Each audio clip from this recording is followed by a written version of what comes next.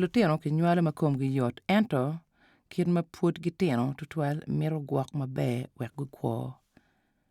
Bedo ber ka latin-ni ki nywalo ot yat. Ento ka pe olare watero bot wi cal anyura man, kit me gwoko latin ni teke ki nywalo ki kit me niang ka mitte me terone ot yat pinongo yat.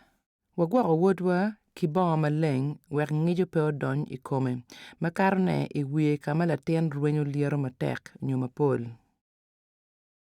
Wachero ka winyo tam mabejo ki bot luder me yot kom, comfort ki Janet Far. Pere tek me gwoko latin ma pud ki nywala ng'iju pe magi malubbe ki nywalone. Miero ilo dogola ki wang ot weng or bed maliet.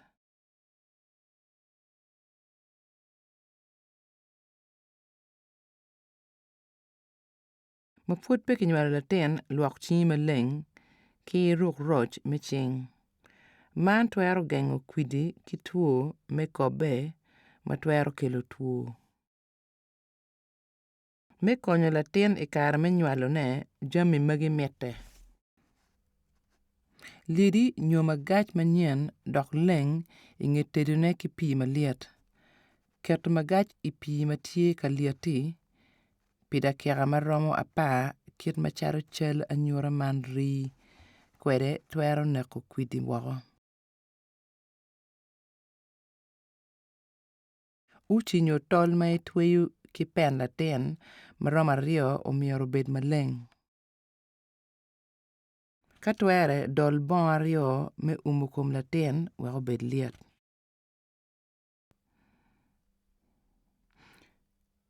Yub ka mo ma opire dok leng ka che latin mero kony inge nywal. Nong ng'at mo me konyi.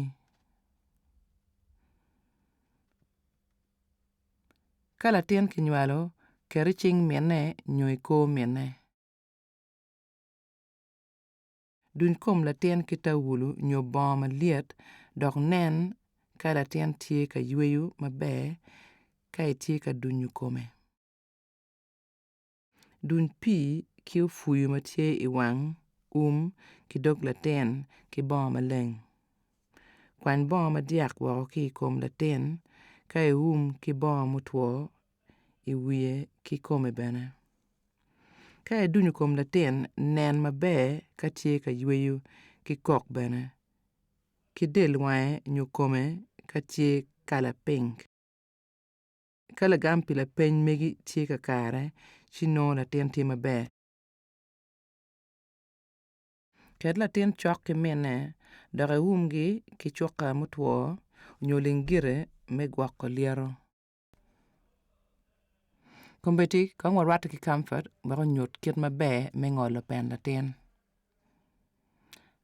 Ka latin tie ka yweyo maber, mi chut bot miene me chako dot ka dong mede me ngolo pen latin.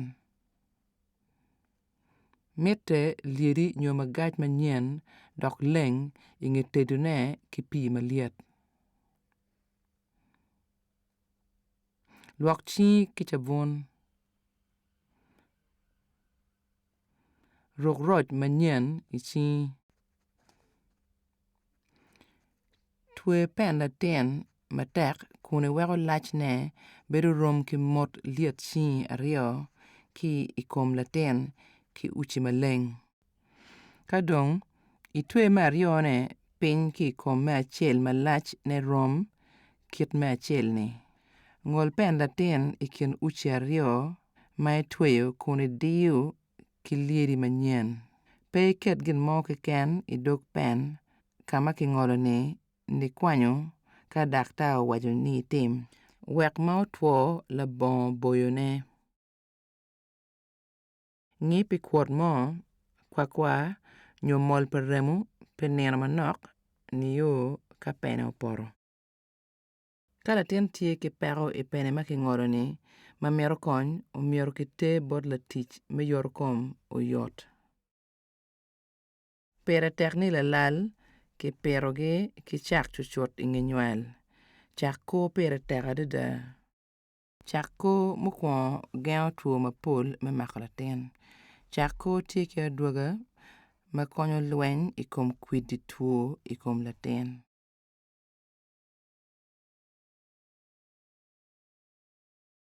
Doto latin konyo pel onyo biero me kati woko oyot. Gin mukene aye wiyo po ni pe mitte ni omyero ilwok latin I nino me acel ma kinywalo kwede. Latin dong bene myero no ochako pielo I kine me nino me acel. Kumbeti dong ing'eyo kit me ng'iyo peko ki Gwoko Lalal. Comfort obitiro ki wan ng'o ma myero ing'i I kin nino me acaki me kwo pa latin. Kadi bed ni lutino nino pol kare I kine cabit manok inge nywalogi, myero guco me dot tyen 8 onyo wa tyen 12 ni cake odiko me o wa I odiko mukene. Latin romo nino I kin dot ento omyero dot ma wang'e twolo, oloke ka owinyo wo gut ki omyero dot maber.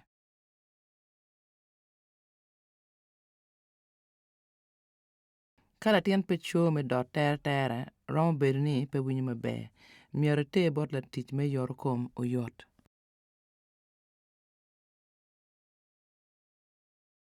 Gigu mukene ma nyuro ni latin pe winyo maber aye magi. Ka latin tye tidi, pe doro maber,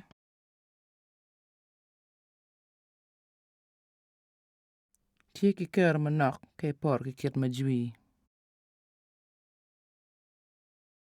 No kome liet onyo ng'ich. Ka latin pe ywe maber.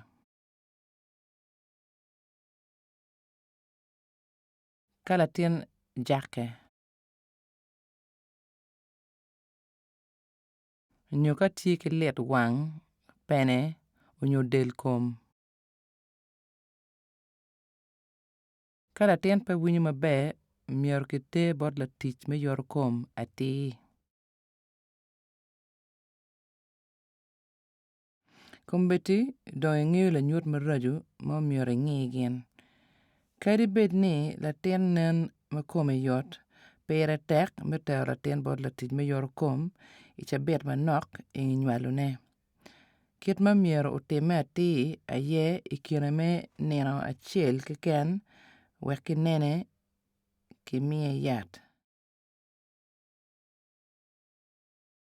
Kumbeti dong ing'eyo kit me ng'iyo peko I kom lalal. Wagiko ki poyo wiwa I ng'ec ma wanongo dok waneno I cal anyuta man. Cucut ka latin kinywalo pyel I cing onyo I kor mine. Duny kome kite awulo maliet dok maleng. Ka idunyo kom latin, nen ka tye ka yweyo nyul kok. Ka wang'e ki kome tye piny. Ka tye ka loke ki yoto. Ka lagam pi lapiny magi tye kakare ci nongo latin tye maber. Kwany bongo madyak ka ium wiye ki kome ki bongo motwo. Twe ka ing'ol pen latin ki liedi manyen dok leng onyo magac ma kitedo ki pii. Kony min latin me chako doto latin cucut inge nywal I kine me cawa acel.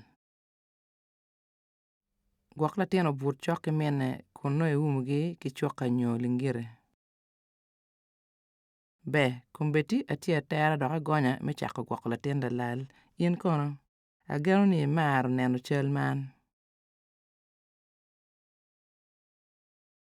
Kum wagum ni wanongo kony ki bot lacholo me kin gang me neno ni latin na onywale dok ki mede ki gwokone maber.